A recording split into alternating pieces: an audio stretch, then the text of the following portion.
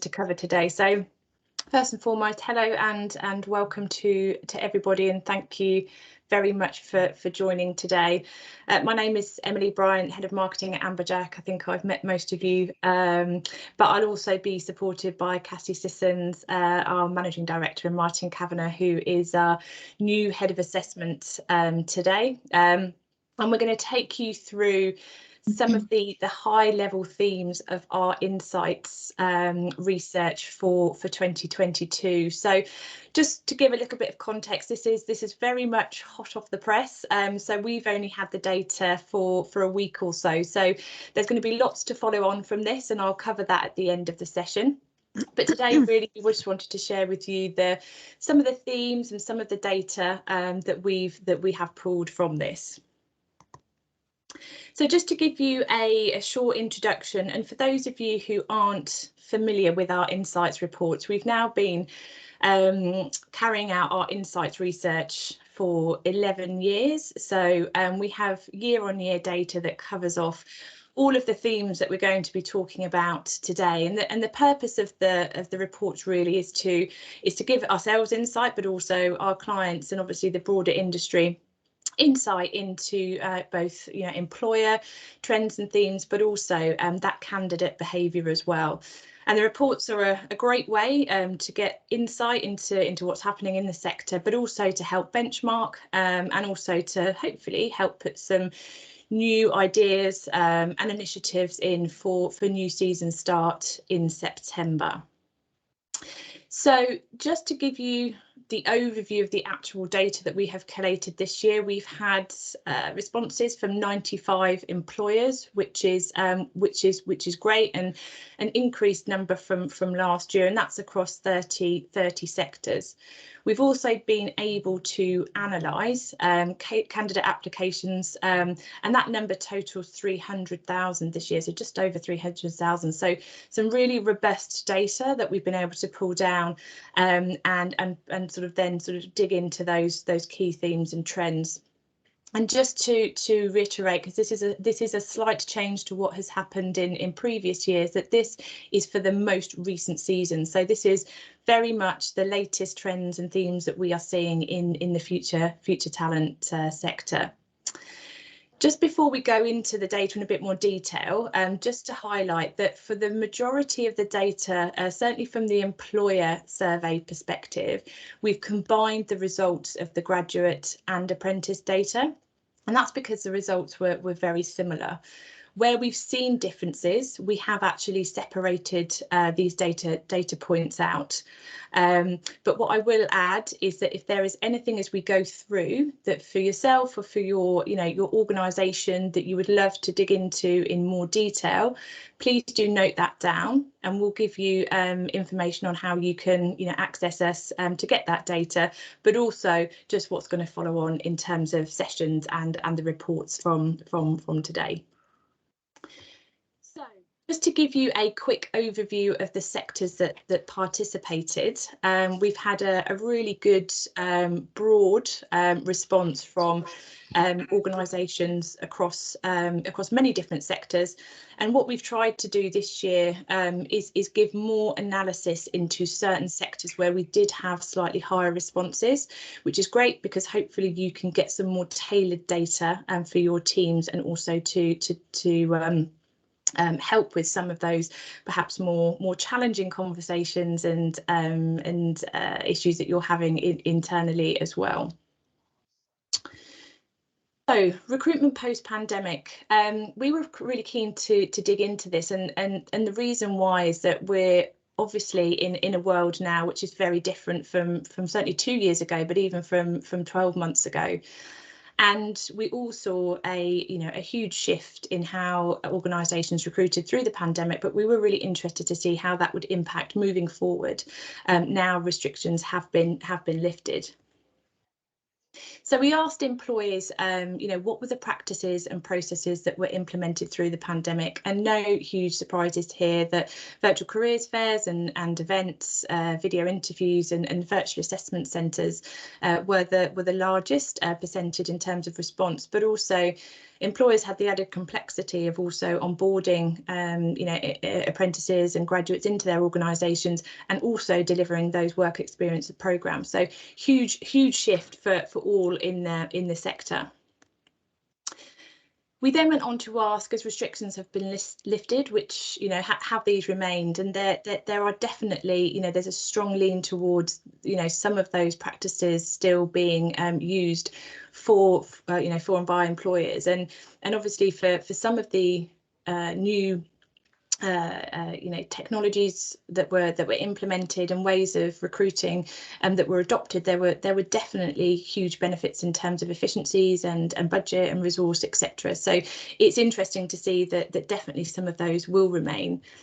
And then we digged into the ones which which are the most popular, and obviously we can see there virtual careers fairs and virtual events, video interviews and virtual assessment centres are the key ones that employers will continue to use.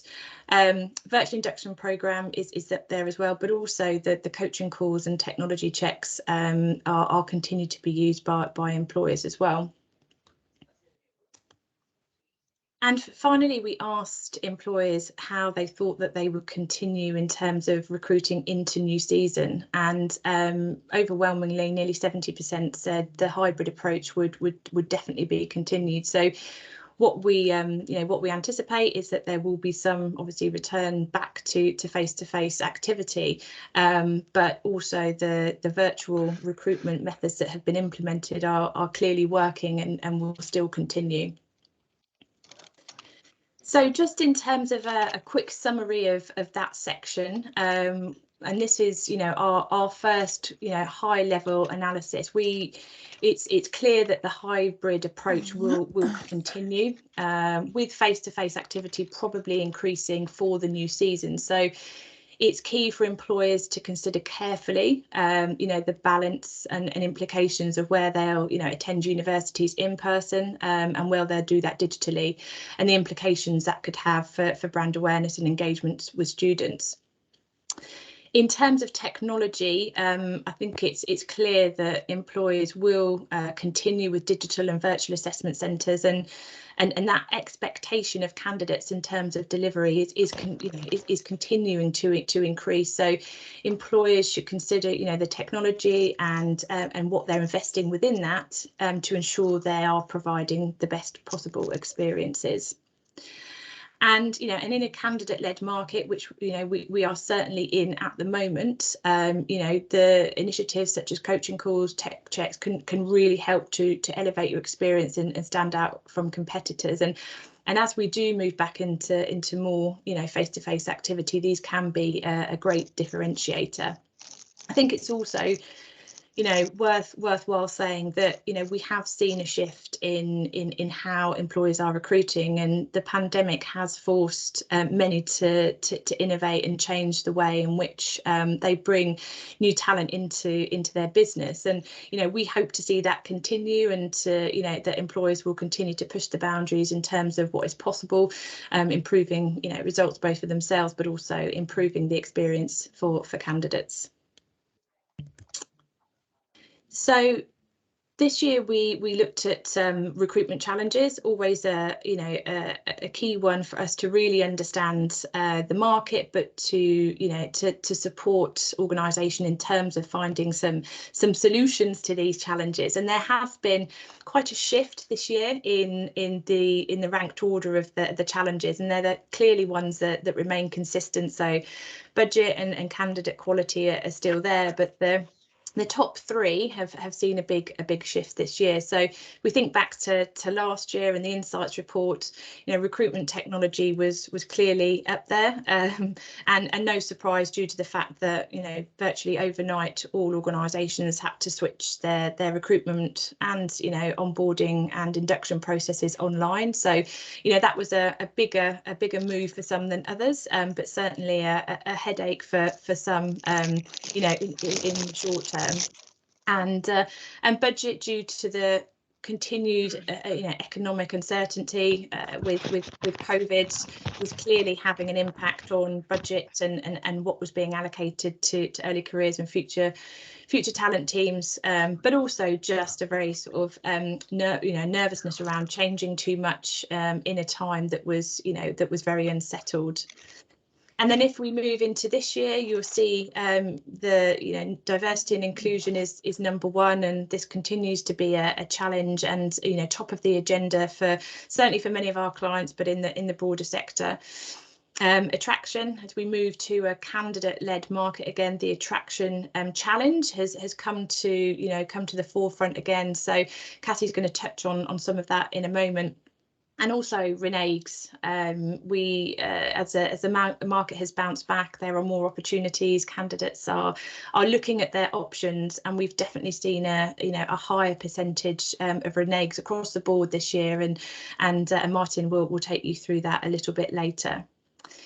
So what we are going to do is touch on some of these challenges now, and Cassie and Martin are going to take you through that. And I'll hand over to Cassie now, who's going to talk about attraction.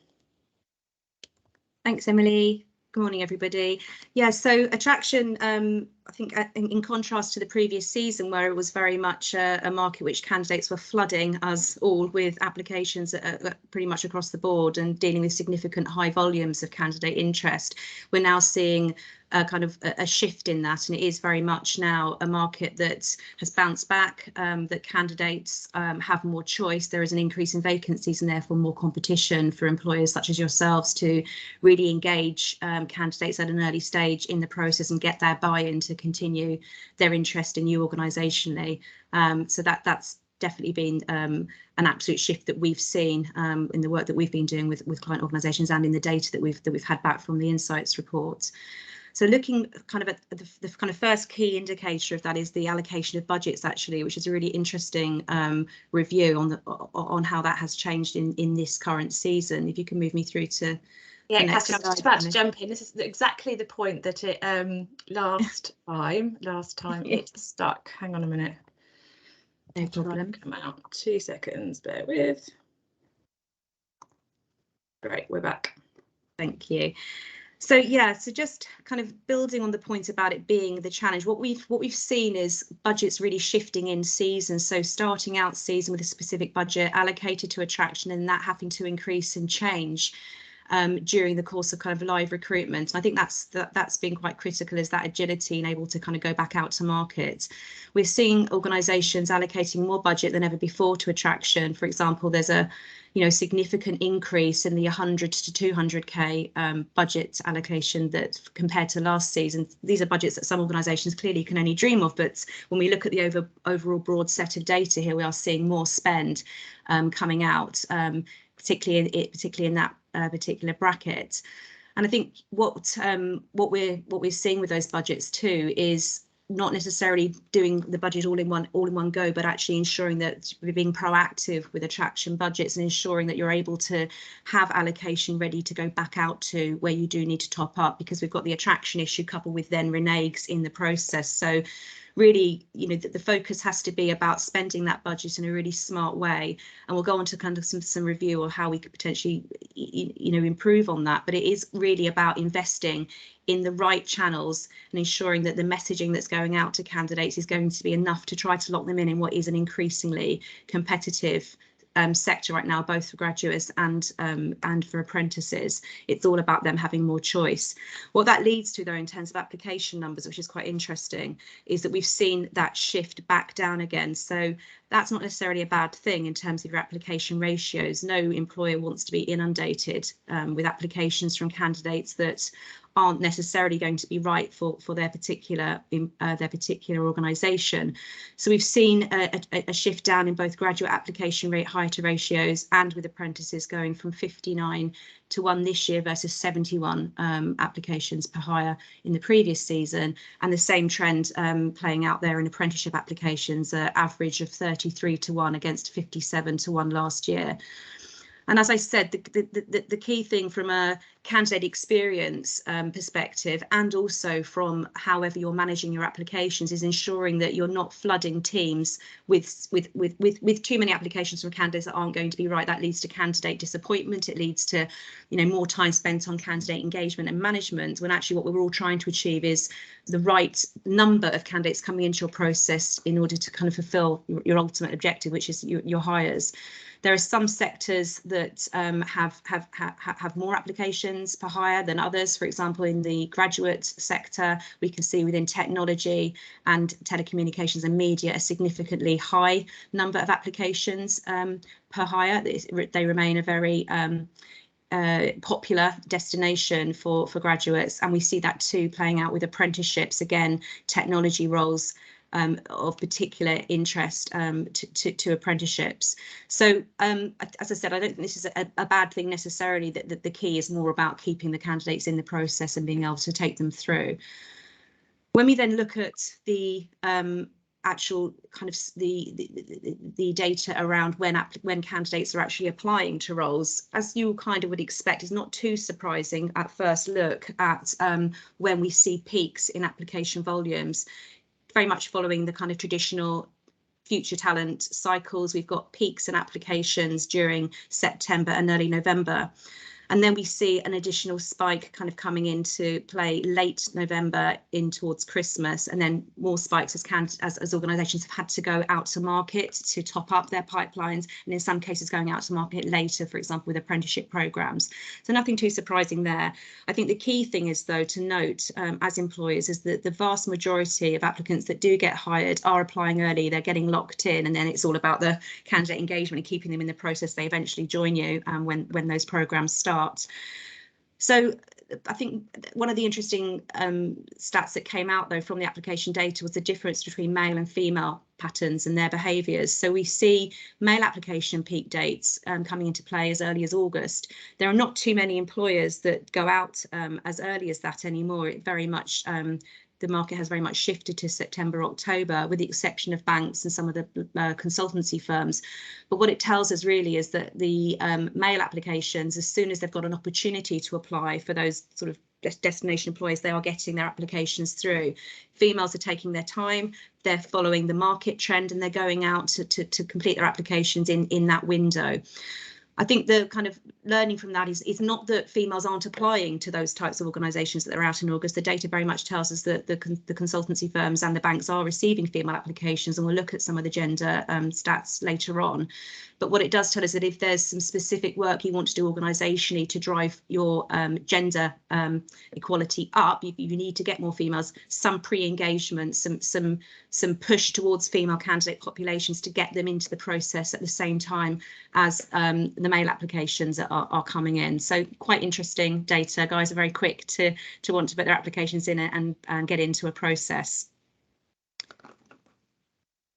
Moving on to the next slide in terms of where candidates are coming from. I think what we need to always bear in mind when we look at source of application and eventual hire, because that's the key thing. You can put budget to certain types of activity, but you want to then see that return on investment. Where are your candidates actually coming from that end up offered and joining you as employers?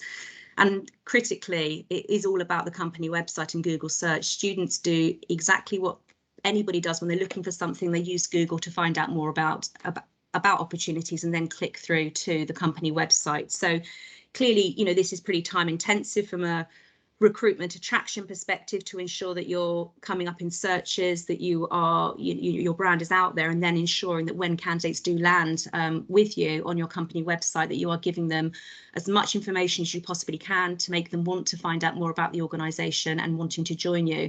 And we've seen a shift back toward the kind of match me piece that kind of comes into play once a candidate hits your company website, to really encourage candidates to understand what's right for them within your business, particularly if you've got multi-streams or you're recruiting from lots of different disciplines. So company website and Google remain for a very high source of candidate applications and eventual percentage into hires.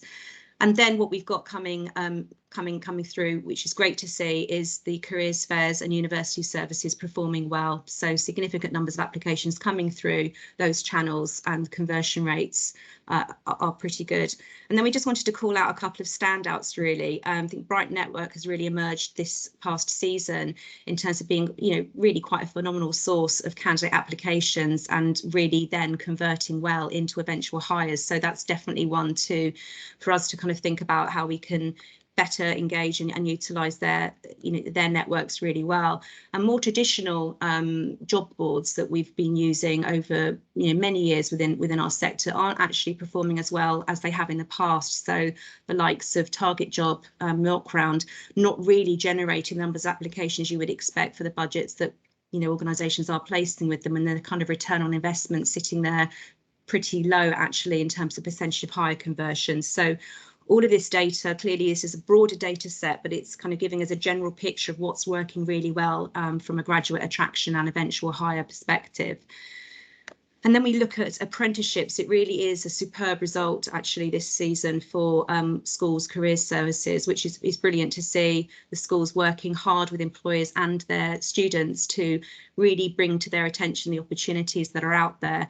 So they're way out in front here, as you can see, with the percentage of hires, 27.5% of all hires coming through from just 7.2% of applications actually. So a really strong performance there.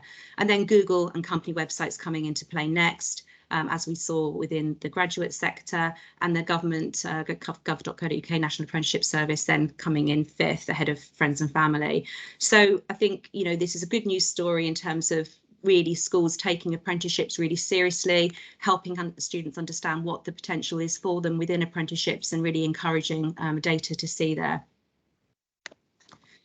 We then move on to university ranking, weighted ranking in terms of what universities are performing best for graduate hiring. I think there's not too many surprises here. We've still got the kind of usual story of Russell Groups dominating. Here we've got Warwick sitting top this year, and actually a slight slippage in some of the non-Russell Group universities, which is a tad disappointing. But we've seen some big jumps here in terms of weighted ranking from Manchester, King's College and Queen Mary's London, and then some significant drops actually from Nottingham, Bath, Loughborough and York.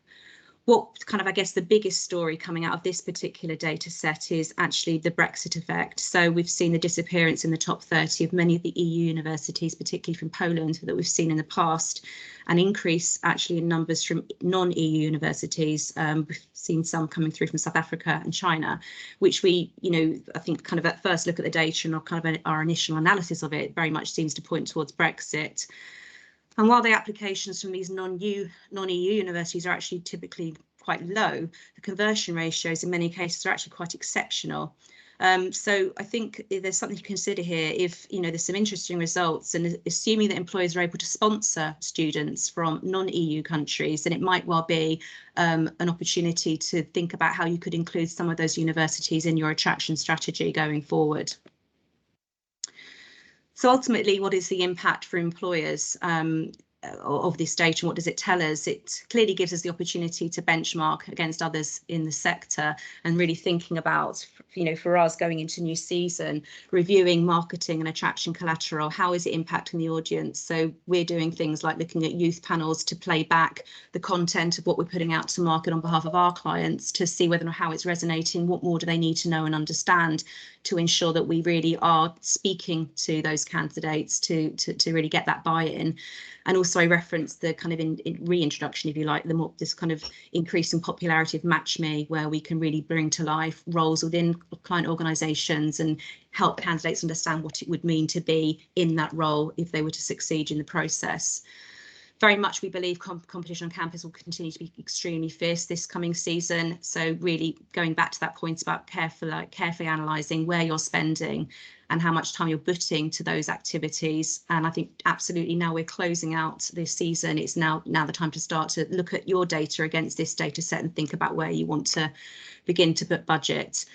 But don't put all the budget in one place in one go. The market doesn't stand still. We see changes coming through almost every week, actually, but absolutely ensuring that your budget is spread across your recruitment cycle so you can go back out and change and react in real time to where you need to start increasing pipelines in certain specific areas. So we're all about, you know, the agile and active management of activity to ensure that we really are targeting strategically to ensure that your return on investment and where you're spending the money is giving you those hires that you need.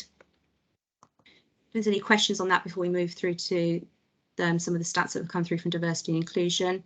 We did have a question actually from Morgan to ask how many organisations those numbers reflect. So I know that we had 300,000 plus applications, but from how many organisations? Yeah, it's 95 organisations.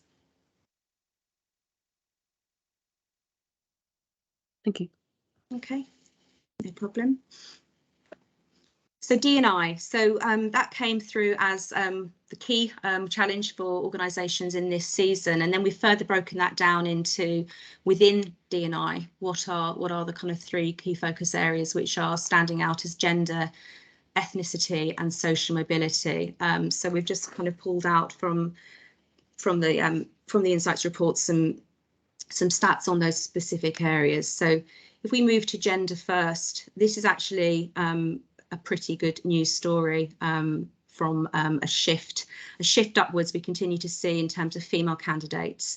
Statistically, they're 43% more likely to secure a role than males. We've got a conversion ratio here this season of 3.61 against 2.52.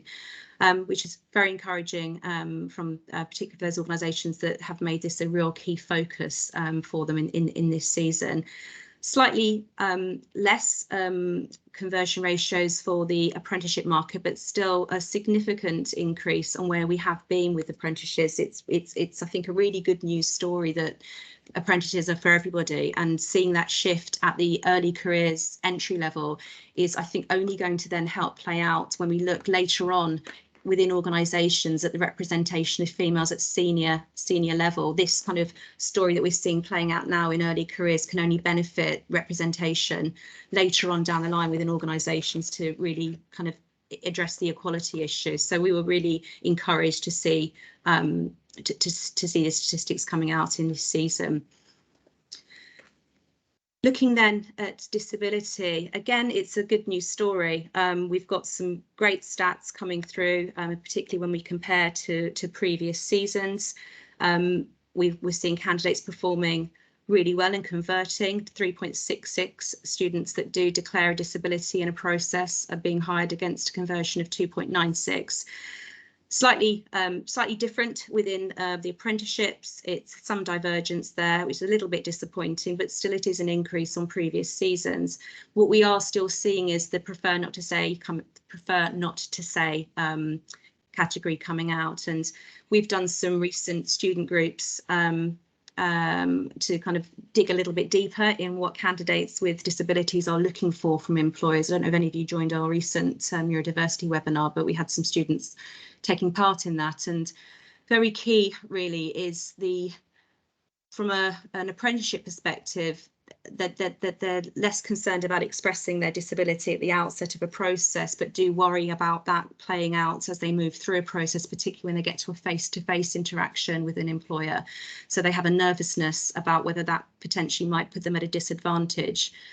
Within the graduate population, there's a little bit more reticence to declare that disability. So I think, you know, what students have been saying to us is very much about wanting to know that that's not going to count against them, wanting to know that the process is going to be okay for them, and that they will be able to move through a process and be considered alongside their peer groups. So for us, in terms of advice to employers, it's about that inclusion messaging, whether it be through your assessment process, in your attraction and engagement, and also the technology and the tools that you use to enable candidates to succeed in a process, identifying on that potential that, you know, what organisations from a future careers perspective are looking for, that they have every chance to succeed. And Martin will talk a little bit about potential as we move through the session today.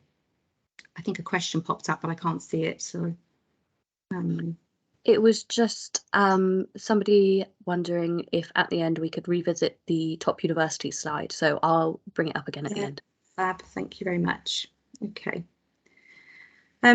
Just one final stat really on the disability stand. There is a kind of quite a striking stat that disabled candidates are almost a quarter more likely to be rejected at an interview stage than non-disabled candidates, which is quite a disappointing stat to see. So thinking, about how we can influence that and do better is perhaps some hiring manager education, potentially some further training, and maybe better support for video interviews or an assessment centre for candidates with disabilities, so they do succeed, and we can see that stat shift for the better into the next season. Social mobility, we've seen a hugely positive story here. Organisations that we're working with and more broader in the market, we know are taking social mobility as a focus very much from a D&I perspective, and this is a hugely positive story. Candidates that are declaring social mobility flags are actually more likely to get a job than those that don't, which is a really good indication that things are changing and the candidate pools are becoming much broader and candidates are being given that chance to succeed. And overall, social mobility candidates are actually performing better than their counterparts, with almost a 50% better conversion ratio, which is really quite an outstanding one. What I would say though, and as Emily said at the beginning, this data has kind of only been out for just about a week with us, and we're doing some deeper dive into that data because we don't know this tells us the full story that we're looking for. We want to kind of look in a little bit more into the social mobility flags to ensure that the right flags are kind of giving us the right story here. And we've got some candidates, for example, flags are, for whether their parents went to university or not, or whether or not they go to a state school. And clearly lots of candidates do go to state schools. So we just wanted to do a little bit more of a dive into this and share a little bit more data further down the line. But it looks at this initial stage like a really good news story. Finally, moving on to ethnicity, which actually from a graduate perspective does continue to not tell such a great story. Could go far to say in some cases it looks quite grim. We're seeing just under 14% of white British applicants rejected at an application stage, compared with around 22% for Arab, Black and Chinese candidates. And actually then building on that those candidates are more likely to be rejected by up to 59% actually at screening than white British candidates. So I just had a pop up there. Thank you. It also tells us that white British applicants are more advantaged by online tests, with just 31% being rejected at this stage. But I think what's really key for us when we look at this data is that it's because it's been coached before actually as BAE, we're now kind of breaking it down into groups. I think that really then shows some of the issues, particularly with Black candidates. Looking at apprenticeships, however, it's a bit better news. We're seeing the headline stat really that apprenticeship programmes appear to be recruiting candidates from diverse backgrounds much more successfully than graduate programmes. Asian candidates actually represented 25% of all applicants and accounted for over 30% of hires, which is a fantastic outcome. And Black candidates make up 11% of the applicant pool and 12% of hires. So the apprenticeship market is really performing well from an ethnicity perspective, but clearly, statistically looking at this, there is more work to do within the graduate sector for some of these groups. I'm thinking about, kind of where we are now, and there's, as I said, there's more work to do. The kind of impact from employers is really thinking about what can we do to improve these statistics. We clearly have some challenges for minority groups within the graduate recruitment world. So some of the things we've been thinking about is looking at a complete review of your assessment process. Will absolutely identify any issues that you're seeing in terms of candidate dropout or candidate rejection, and what is that you're looking for, what are you asking them to do, and how can we then improve that. And it is really important to separate out BAE, because that will give you a really realistic view of your diversity hiring statistics rather than kind of grouping together. Going back to some of the messages that candidates with disabilities, but also other groups want to see, is representation in your attraction engagement and in your assessment process, the people that they're dealing with as they're going through a recruitment process, that they feel included, that every message, every bit of communication your content supports inclusivity and that they feel that they have that fair opportunity. But as kind of the key stat coming out of all this is Black heritage candidates are still at that disadvantage, and this requires some significant focus from all of us in the early careers sector. If there's any questions, or we can move on to Martin. We did have another question. I'm not sure we've dived into any of the attraction data yet, but Gabor was wondering, do we have any data on the effectiveness of brand ambassadors? That's a good question, actually. If it's there as a source, we'll have it in the data set. It clearly didn't come out in terms of the top channels. But if organisations have it as a source on their drop-down menu, we will be able to get some statistics on that. I think the thing is about the source of where candidates feel that they found out about you from, or what they think they've applied for. It always is a combination of things. We know that it is a combination of what they might have seen on campus. It might have been a conversation they've had with alumni or brand ambassadors. It could have been some marketing, you know, on Bright Network or on your website. It's normally a combination of things that they do see. So if brand ambassadors isn't performing significantly well in order to appear in the top 10, it doesn't mean to say it's not working or it shouldn't be included as part of the mix. I think peer-to-peer, we know, is incredibly important to the student population. They do want to talk to people that have worked for you, whether it be in an internship or whether it's been work experience, because they relate better to those stories. And whether that's a brand ambassador or whether it's, you know, students running your social media content, giving kind of insights into days in the life, all of that stuff's really great and really does resonate with candidate populations. But in answer to your question, we can probably pull out brand ambassadors, can't we, Emily? Yeah, for sure. Cool. That's all for now. Cool, thank you. Okay, hi there everybody. I'm going to be talking us through the data from the lens of assessment and candidate experience. And the first thing I just wanted to explore is at what stages in the process people are dropping out. Now, this is always really important to consider. And I know, you know, if you think really hard about it, it's obvious, but it's always good to reflect back on that. 2.3% of applicants are hired, which means you're giving bad news to almost 98% of applicants. So how you're managing that process is really important. And there's a very, very high proportion, as you can see here, who won't be getting to the more resource intensive, often more personalized stages like the interview and assessment center. So there's hundreds of thousands of candidates across our pool of people we're looking at who either drop out of the process at the application or online assessment stage. So again, there's a really important thing there about, are you giving the right message about your brand throughout the process, even at those sort of very, very high volume, lighter touch stages of the process? Because you've probably all seen the statistics of the commercial impact a bad experience with a recruiting organization can have. People, you know, turning off subscriptions because they've had a bad experience in a volume process.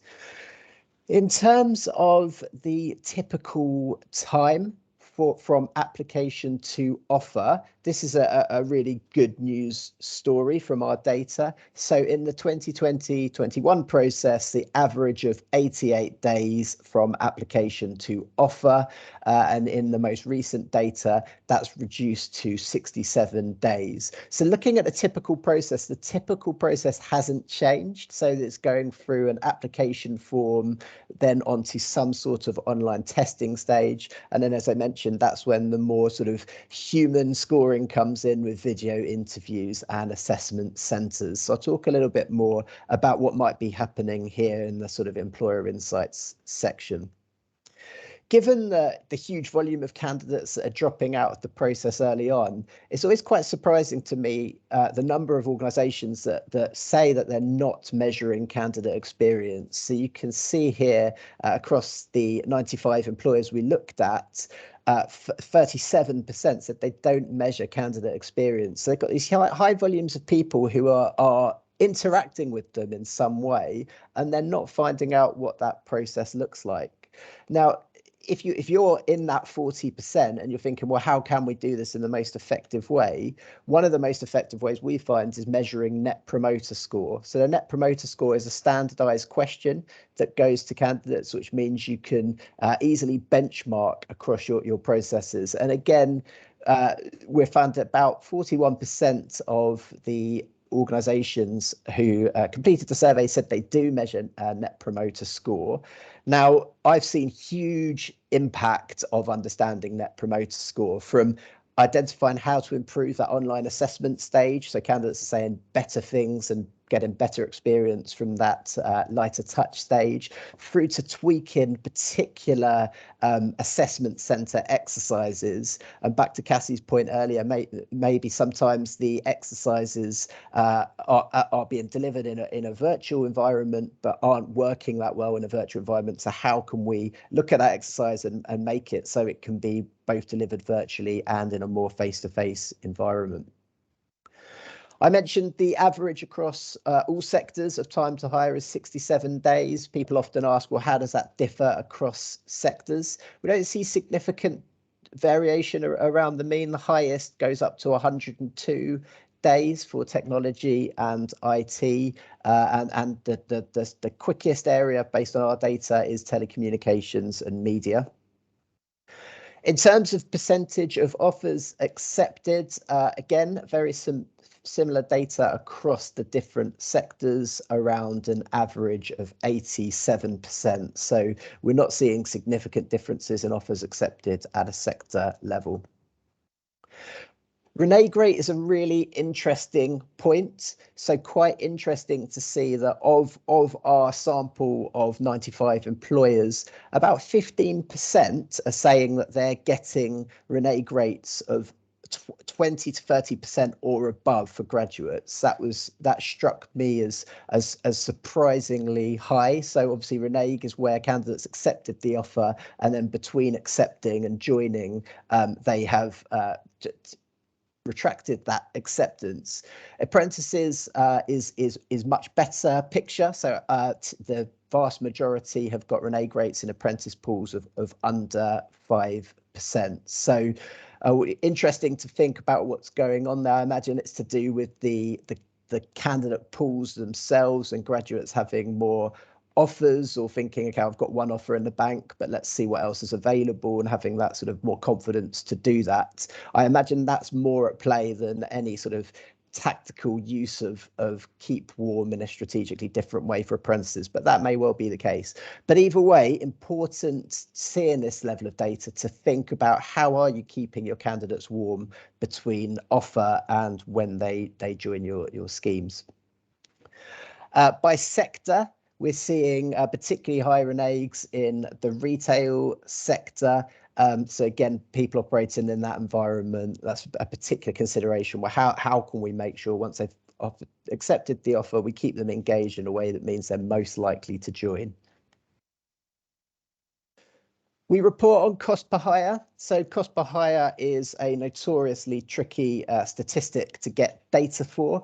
We asked the question as effectively as we could, but some organisations look just at the attraction costs. Some do take a more holistic view, but looking at it on our benchmark data, overall cost per hire of just under £4,000 across all of the different sectors, and you can see there quite a bit of variation across the areas with the highest cost per hire in technology and IT. And given that mirrors the average time to hire, perhaps that's indicative of a slightly more robust process in terms of the assessment stages that people go through. Another observation on cost per hire is that typically organisations put the vast majority from an assessment perspective into those high touch face-to-face elements, so particularly the assessment centre. That's where a large chunk of that cost per hire come from. So again, important to reflect back on that data, that there's huge chunks of people who are falling out at the online assessment stage. And if you're not getting the online assessment stage right, are you pushing the right people through to those more expensive assessment exercises? So in terms of the insights for employers, just wanted to talk a little bit about the Amberjack perspective, partly because it will help you understand the data you're looking at, and partly because this is really important to employers. So this is another piece of data we gathered. We surveyed organisations via the ISE, so the Institute of Student Employers, and found out who is recruiting for potential. And some interesting findings here. So 83% are already recruiting for potential. Of the 17% that aren't, 93% said that they are they understand how that they were considering doing it. So lots of people either assessing for potential or going in that direction. But interestingly, only 47% said they're confident in how to measure potential in candidates, with 19% saying they were very confident. And it is important thinking about potential when you look at the data that we're sharing with you, because the Amberjack view is that we should be enabling a world in which individuals are hired and progressed solely based on their future potential rather than past experience or privilege. So we build assessment processes with that in mind, and that could contribute to some of the data that we've explored. So in the online assessment stage, that high volume stage where there's the less human interaction, we assess candidates through our blended assessment, which is a combination of situational judgment items, cognitive ability items, and behavioural assessment items in one combined assessment, which creates an overall score mapped to our model of potential identification. Now, there's a few things that is going to influence. Obviously, a lot of the candidate data you're looking at are candidates who've been through our processes. So when we look at things like time to hire, the fact we've got a blended assessment as opposed to many organisations who use perhaps a more staged approach will be impacting on that. And because of that real focus on potential and not rewarding privilege, it could well be that the social mobility stats that we're so pleased to see are particularly high in this sample because of organisations moving to this blended assessment approach. And the reason why it has such an impact is there are sort of 5 key benefits and 5 key questions we ask ourselves. So does the process result in stronger candidates at the later stages of the assessment process and in role? So because we're using a combination of different assessment types, so situational judgment, behavioural and cognitive ability, you're getting a better rounded picture of the individual. You're gaining from what we call the incremental validity of those different types of assessment, as opposed to over relying on one particular type of criterion. So on the higher ratios as well, what you would typically expect to see, and we certainly found out from our clients, is they've had to run less assessment centres because they're getting stronger candidates through the pipeline, which means there's less need to do the sort of top up pushes that Cassie was mentioning that can happen in the attraction phase. It has a very positive impact on candidate engagement because the candidates are completing all of their assessment data in one stage. So the assessment itself is all video based, gives a real feel for life in the sorts of schemes that they're going to go into, and they complete the assessment in one blended assessment, which takes typically around 35 to 45 minutes, and then that gives employers all the data they need to make the decisions, rather than a more staged process where they have to jump in and out of an experience.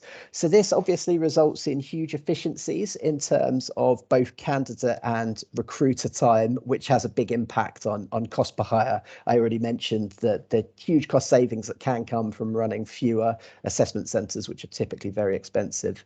And it ensures a healthy pipeline of diverse candidates is retained throughout. Again, so an example is cognitive ability tests. If that's one of the stages and you're managing candidates by setting a particularly high cut score on the basis of a cognitive ability test, that typically has quite a strong impact in terms of your diversity through the process. So by using the blended assessment and having more data to call on, you negate that potential risk. So I will hand over to Emily shortly on in terms of what to expect next, but just interested if the candidate experience and assessment process has generated any questions from anyone at all. We don't have any new questions at this time. Okay, thanks, Jasmine. Perfect, thank you. So just to finish, we wanted to give you an idea of what to expect next. So as we mentioned at the beginning, this is data that is very much hot off the press, and lots more analysis and hopefully insight to come from it. We will be releasing detailed reports for each of the key themes that we've discussed today, so around attraction, D&I and candidate experience and assessment, and they will be released week commencing the 4th of July, so please do look out for them. Anybody who's registered will receive an email with a link to request that. We'll also be doing some shorter and deeper dives into those key themes. So there'll be some follow-up sessions running throughout July as well. And also, if you are interested, we are offering the opportunity for us to come and do some longer sessions for broader teams or on site as well. So if that's of interest, we're just going to put our details up shortly.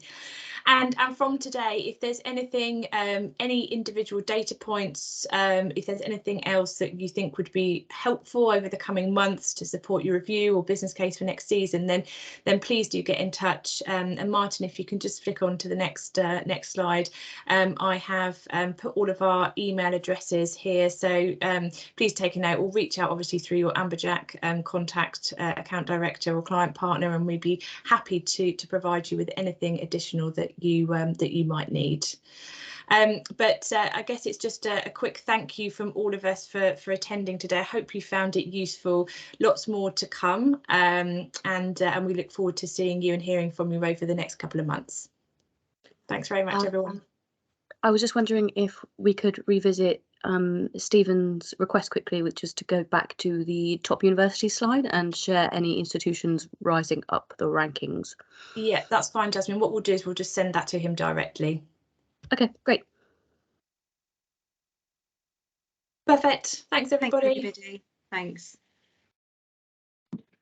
Thanks. Bye. Thanks. Bye. Thanks, everyone. Bye.